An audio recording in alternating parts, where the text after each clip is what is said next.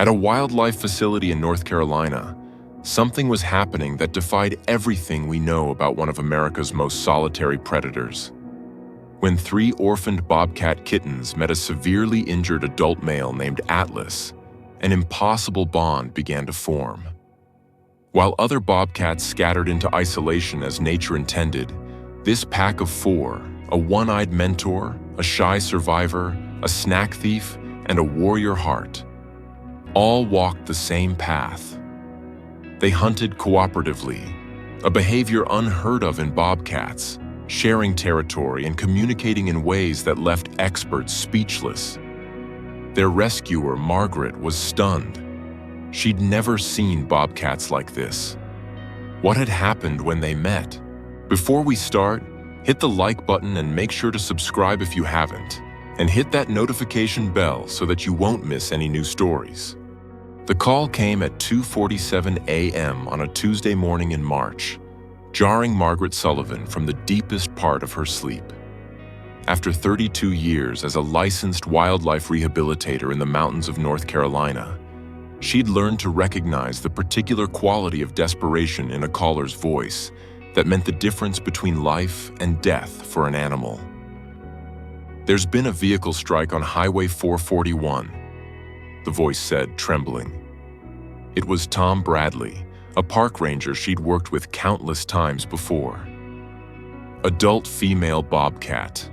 She didn't make it, but Margaret. She was lactating. We need to find those kittens." Margaret was already pulling on her boots, her mind racing through calculations. March meant the kittens would be anywhere from 2 to 6 weeks old. In the brutal cold of an Appalachian spring night, they had hours at most. She grabbed her rescue kit, thermal imaging camera, handling gloves, carriers lined with heating pads, emergency formula she always kept mixed and ready, and headed into the darkness. The story of North American bobcats isn't one of near extinction like their Iberian lynx cousins, but rather a quieter crisis of fragmentation and human encroachment. Once ranging freely across the continent, bobcats have watched their world shrink piece by piece. In the southeast, where Margaret operated her rehabilitation center, development had carved the mountain wilderness into islands of habitat connected by increasingly dangerous corridors. Every year, more bobcats fell victim to vehicles, rat poison, and the simple inability to find territory that wasn't already claimed by roads, houses, and shopping centers. Margaret had dedicated her life to these animals after a transformative encounter in 1992. Fresh out of veterinary school and working in a small animal practice in Asheville, she'd been called to assist with an injured bobcat kit found crying beside its dead mother. The kit, barely 4 weeks old, had gripped her finger with surprising strength. Its blue eyes. They're born with blue eyes that later turn yellow, looking at her with what she could only describe as trust. She'd nursed that kit back to health, learned the intricate process of wildlife rehabilitation, and never looked back. That first bobcat, whom she'd named Scout, was successfully released after 6 months of care. Margaret had tracked him through trail cameras for 3 more years, watching him claim territory, hunt, and eventually mate. It proved what was possible. Now, threading her truck through the winding mountain roads in pre-dawn darkness, she thought about the hundreds of bobcats that had passed through her facility, each one teaching her something new about resilience, about the delicate balance between intervention and nature, about the heartbreaking choices that came with trying to save wild lives in an increasingly unwild world. Tom was waiting at mile marker 47, his flashlight beam cutting through the light fog.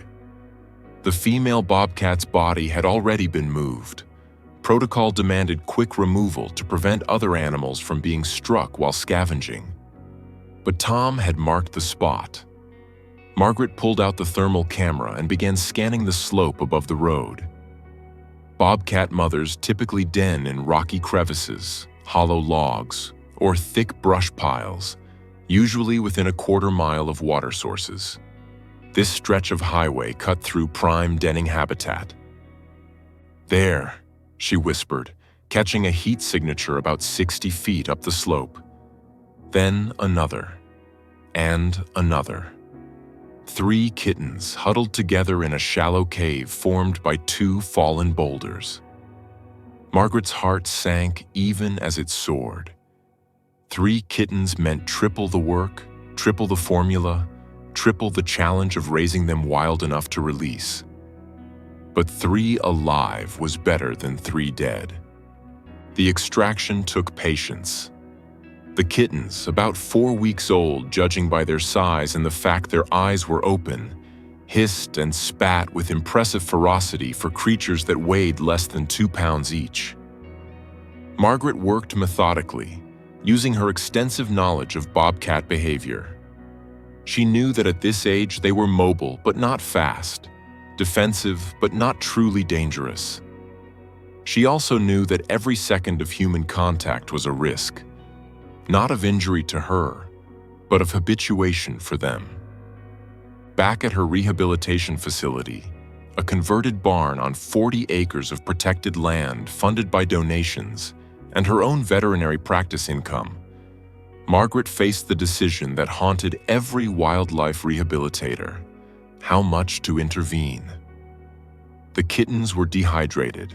One had a minor wound on its hind leg, likely from scrambling over rocks, and all 3 were beginning to show signs of hypothermia despite the relatively mild night. She could follow strict protocols: minimal contact, feeding through a barrier, no comfort beyond basic survival needs. Or she could give them the maternal care their mother would have provided, risking attachment but potentially saving their lives. Margaret chose what she always chose: a careful middle ground born of experience and compassion. The first 72 hours were critical. Margaret set up a nursery in the quarantine section of her facility, maintaining the temperature at a steady 85 degrees. She wore a ghillie suit during feedings, a camouflage covering that broke up her human outline, and never spoke in their presence. The kittens, 2 females and a male, initially refused the bottle. This was common. The nipple didn't feel right. The formula didn't smell like mother. But hunger eventually won, and by the second night, all 3 were nursing vigorously. Margaret named them only in her private notes, never speaking the names aloud. Luna and Sage, the females, and Jasper, the male. Luna was the smallest but fiercest, always first to the bottle despite having to fight past her larger siblings. Sage was cautious, observant, waiting to see what the others did before committing. Jasper was bold but clumsy, often tumbling over his own feet in his eagerness to explore their enclosure. As the weeks passed, Margaret documented everything with the meticulousness of a scientist and the devotion of a parent. Weight gains, behavioral developments, first solid foods. She started them on finely chopped rabbit and chicken, later transitioning to whole prey items. She installed cameras to monitor them 24 hours a day, watching from her house as they played, fought, and learned the essential skills of being bobcats. At 8 weeks, she made a decision that would define the rest of their rehabilitation. She would keep them together but introduce a radical element to their care. Margaret had, over the years, developed relationships with several permanently non-releasable bobcats who lived at her facility. These were animals who, due to injuries or excessive human habituation from being illegally kept as pets, could never return to the wild, but could serve as educators and, in cases like this, surrogate parents. The candidate she chose was Artemis, a 12-year-old female who had lost her left front leg in a steel trap but had successfully raised 2 litters before her injury. Artemis was housed in a large, natural enclosure adjacent to the nursery. Margaret created a small opening between the enclosures, just large enough for the kittens to pass through, but too small for Artemis. What happened next was something Margaret had hoped for but never quite expected. Artemis, who had been without kittens for 8 years, immediately began calling to them, a specific churring sound mother bobcats make to their young. Luna was first to investigate, creeping through the opening with her belly low to the ground. Artemis, despite being a stranger to these kittens, groomed Luna with a gentleness that brought tears to Margaret's eyes as she watched on the monitor. Within a week, all 3 kittens were spending most of their time with Artemis.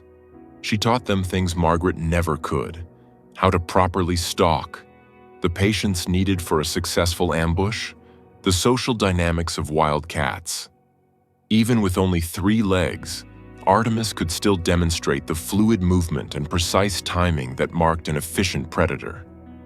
The kittens learned to compensate for her disability, unconsciously developing skills that would serve them well in navigating imperfect terrain in the wild. But the truly unbelievable part of this story began when the kittens were about 4 months old. Margaret had started preparing for their eventual release, beginning the process of reducing human contact even further and introducing them to the large pre-release enclosure. A full acre of natural habitat enclosed with specialty fencing that included trees, rocks, a stream, and live prey. It was then that another call came. This time from a wildlife officer in Tennessee, just over the state line.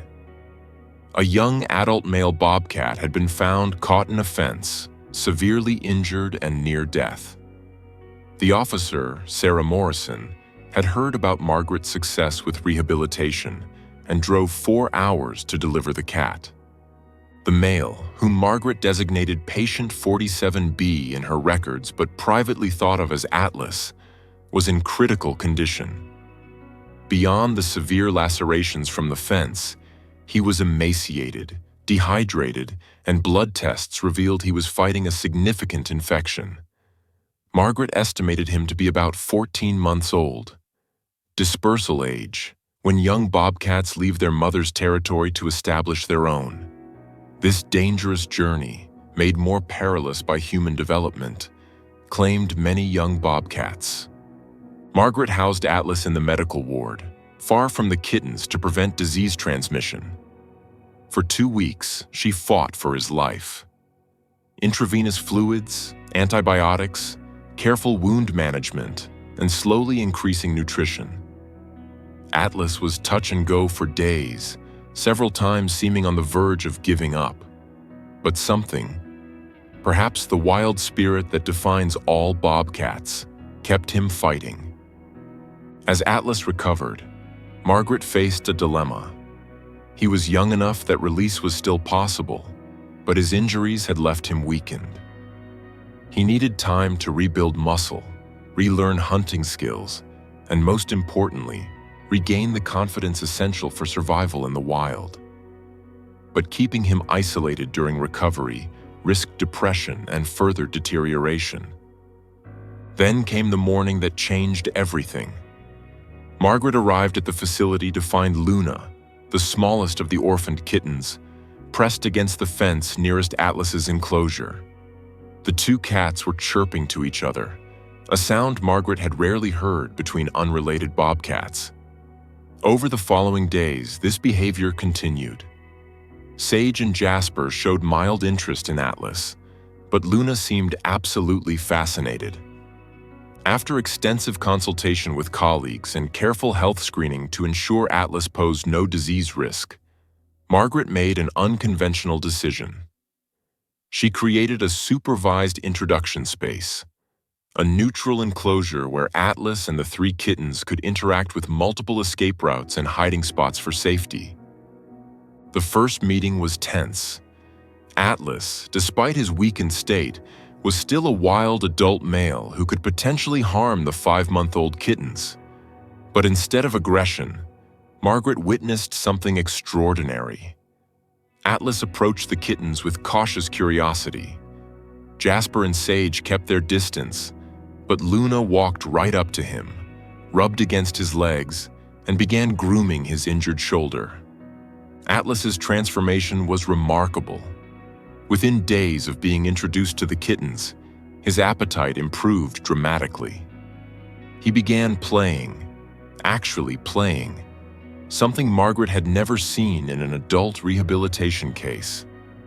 He was gentle with the kittens, allowing them to pounce on him, teaching them advanced hunting techniques that even Artemis couldn't demonstrate.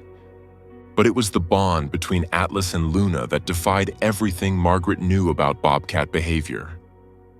They became inseparable within the enclosure, hunting cooperatively, a behavior essentially unheard of in solitary bobcats outside of mating pairs or mothers with kittens. Luna seemed to understand Atlas's weaknesses from his injuries and would drive prey toward him. Atlas, in turn, protected Luna from the occasional aggression of her larger siblings. As autumn approached, Margaret faced the most difficult decision of her career. The kittens were now 8 months old. Atlas had recovered remarkably, and all 4 cats were displaying the skills necessary for survival. But could she release them together? Conventional wisdom said no. Bobcats are solitary, territorial animals. Releasing them together might cause conflict or prevent them from establishing proper territories. Yet what she was witnessing suggested something different. These cats had formed a survival coalition, something occasionally seen in other felids but virtually undocumented in bobcats. After weeks of deliberation and consultation with bobcat experts across the country, Margaret decided to attempt something unprecedented, a coordinated release that would allow the cats to choose their own path. The release site was carefully chosen, a 50,000-acre wilderness area in western North Carolina, where a recent conservation easement had created connected habitat corridors. Margaret and her team spent weeks preparing, setting up feeding stations with camera traps, identifying water sources, and mapping potential den sites. Each cat was fitted with a GPS collar that would track their movements for the next 18 months. Release day came in October, the trees blazing with autumn color. Sarah Morrison, the officer who had rescued Atlas, drove up from Tennessee to witness it. Tom Bradley was there too, along with several volunteers who had helped with the countless feeding shifts and enclosure cleanings over the months. Margaret opened the carriers in sequence: Jasper first, then Sage, then Atlas, and finally Luna. Jasper shot out and disappeared into the underbrush immediately. Sage took her time, sniffing the air before melting into the forest shadows. Atlas emerged slowly, his muscles tense, ready for whatever came next. Luna was last. She stepped out of her carrier and immediately went to Atlas. They touched noses, a brief moment of connection, before Atlas turned and loped into the forest. Luna followed. The GPS data over the following months told a story that rewrote textbooks on bobcat behavior. Jasper, true to normal bobcat patterns, established a territory about 3 miles from the release site. Sage claimed an adjacent territory with minimal overlap. But Atlas and Luna remained together for 3 months, sharing territory, hunting cooperatively, before gradually establishing overlapping but distinct ranges. Camera trap footage showed them meeting regularly at territorial boundaries, sometimes hunting together, sometimes just sitting in proximity. A bobcat friendship that challenged everything we thought we knew about these solitary predators. Even more remarkably, when Luna had her first litter the following spring, fathered by an unrelated wild male. Atlas was photographed near her den site, apparently tolerated as a non-threat to the kittens. Margaret published her observations in the Journal of Wildlife Rehabilitation, sparking intense debate in the scientific community. Some dismissed it as an anomaly caused by human intervention. Others saw it as evidence of behavioral plasticity in bobcats, an ability to adapt their social structures when circumstances demanded it. The story spread beyond scientific circles. Local news picked it up, then national outlets. The image of Luna and Atlas touching noses in the forest became iconic, a symbol of resilience and adaptation in the face of a changing world. Donations poured into Margaret's rehabilitation center, allowing her to expand operations and save more animals. But for Margaret, sitting in her office late at night, reviewing the latest GPS data showing all 4 bobcats thriving in the wild 18 months post-release, the lesson was simpler and more profound. Every wild animal that came through her doors carried the potential for the extraordinary. Each rescue was a gamble against overwhelming odds, a drain on resources, emotional and financial, that sometimes seemed impossible to sustain. Yet here was proof that the gamble was worth it. Not just in the 4 lives saved, but in what those lives revealed about the natural world's capacity for surprise, adaptation, and resilience. Luna and Atlas had shown that even in species we think we fully understand, there are mysteries waiting to be discovered. Behaviors that emerge when traditional patterns are disrupted, and bonds that form across the boundaries we've drawn in our field guides and textbooks.